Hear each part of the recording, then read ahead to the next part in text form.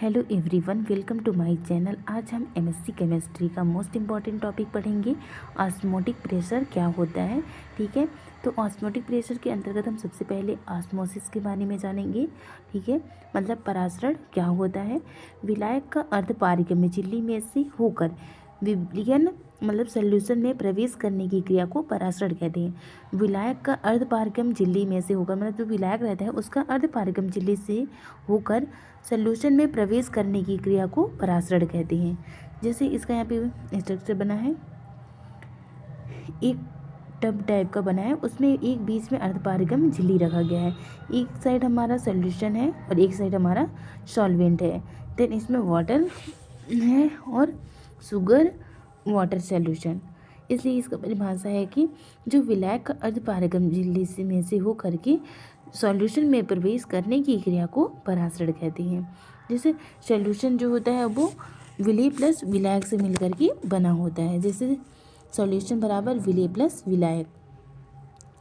अर्धपारगम्य झिल्ली मतलब semi पेरियमल membrane, वह झिल्ली जिसमें से होकर केवल विलायक के मॉलिक्यूल गुजर सकते हैं लेकिन विलेय के बड़े अणु नहीं, उसे सेमी परमिएबल मेम्ब्रेन कहते हैं।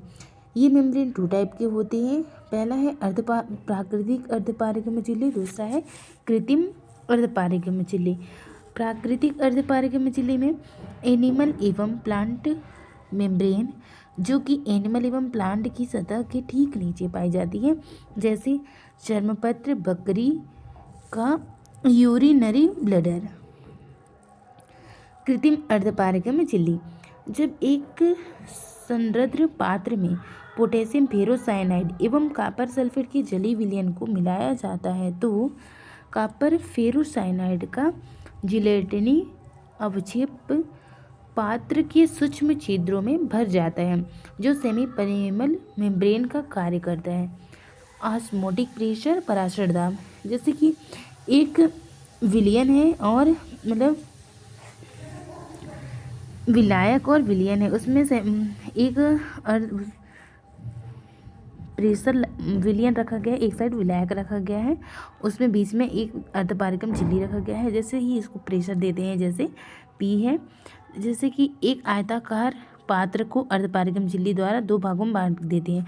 मतलब ये एक आयताकार पात्र है, इसको दो भागों में विभाजित किया, जिधर एक विलयन है और एक विलायक है। इसको अर्धपारगम्य झिल्ली को बीच में लगा देते हैं, दोनों कक्ष में पिस्टन लगा देते हैं, मतलब दोनों कक्ष में पिस्टन लगा दिया है।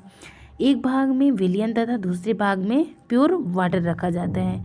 परासरण के कारण वाटर विलयन में प्रविष्ट होता है, मतलब कि जैसे इसको हम प्रेशर देते हैं तो वाटर विलयन में प्रविष्ट होता है। अब विलयन पर पिस्टन के द्वारा एक्सटर्नल प्रेशर लगाते हैं, जिससे परासरण की क्रिया रुक जाती है। विलयन पर लगाए गए इस अतिरिक्त दाब को परासरण दाब कहते हैं। मतलब जिसमें विलयन है उसमें लगाए गए इस जो अतिरिक्त दाब होता है उसी को परासरण दाब कहते हैं। किसी विलयन का परासरण दाब विलयन पर लगाए गए उस बाह्य दाब के बराबर होता है, जो अर्धपारगम्य झिल्ली से पृथक किए गए विलयन व विलायक के मध्य परासरण की क्रिया को रोक देता है। ठीक है, thank you so much. Like and subscribe करें।